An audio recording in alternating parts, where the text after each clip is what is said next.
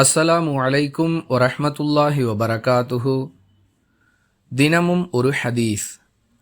தொழுகையை துவங்கும் பொழுதும் ருக்கூவிற்கு செல்வதற்கு முன்பாகவும் சமி அல்லாஹு லிமன் ஹமிதா என்று கூறி ருக்கூவிலிருந்து எழும்பொழுதும், இரண்டாவது ரக்காத்தை முடித்து மூன்றாவது ரக்காத்திற்காக எழும்பொழுதும் ரசூலுல்லாஹி ஸல்லல்லாஹு அலைஹி வஸல்லம் அவர்கள் தொழுகையில் தமது கைகளை உயர்த்தக்கூடியவர்களாக இருந்தார்கள் என இப்னு உமர் ரதியல்லாஹு அன்ஹு அவர்கள் அறிவிக்கிறார்கள். நூல் புகாரி, ஹதீஸ் எண் 739. அன்பிற்குரிய அல்லாஹுவின் நல்லடியார்களே, தொழுகையில் கைகளை உயர்த்துதல் என்பது மக்களுக்கு மத்தியில் பல வகையாக பிரிந்திருப்பதை பார்க்கலாம்.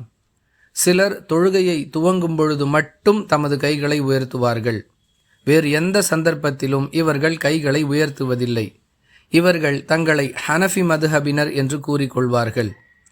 இன்னும் சிலர் தொழுகையின் எல்லா நிலைகளிலும் கைகளை உயர்த்துவார்கள். இவர்கள் தங்களை ஷாஃபி மதுஹபினர் என்று கூறிக்கொள்வார்கள். அன்பிற்குரியவர்களே, இந்த இரண்டு முறைகளும் ரசூலுல்லாஹி ஸல்லல்லாஹு அலைஹி வஸல்லம் அவர்களால் கற்றுக் கொடுக்கப்பட்ட முறைகள் அல்ல. அப்படியென்றால் என்ன செய்வது? அதற்குரிய பதிலாகத்தான் இந்த ஹதீஸ் அமைந்திருக்கிறது. தொழுகையை துவங்கும் பொழுது அல்லாஹு அக்பர் என்று கூறி தமது கைகளை தோள்பட்டை வரை உயர்த்த வேண்டும். அதைத் தொடர்ந்து ருக்கூவுக்கு செல்வதற்கு முன்பாக இவ்வாறே கைகளை உயர்த்த வேண்டும். பிறகு ருக்கூவிலிருந்து எழும்பொழுது கைகளை உயர்த்த வேண்டும். அடுத்ததாக சிறு அத்தஹியாத்து இருப்பை முடித்துவிட்டு அடுத்த ரக்காத்திற்காக எழக்கூடிய சந்தர்ப்பத்தில் கைகளை உயர்த்த வேண்டும். ஒருவர் தமது தொழுகையில் எப்பொழுதெல்லாம் இந்த 4 சந்தர்ப்பங்களை அடைகிறாரோ அப்பொழுதெல்லாம் தமது கைகளை உயர்த்துவது நபி வழி.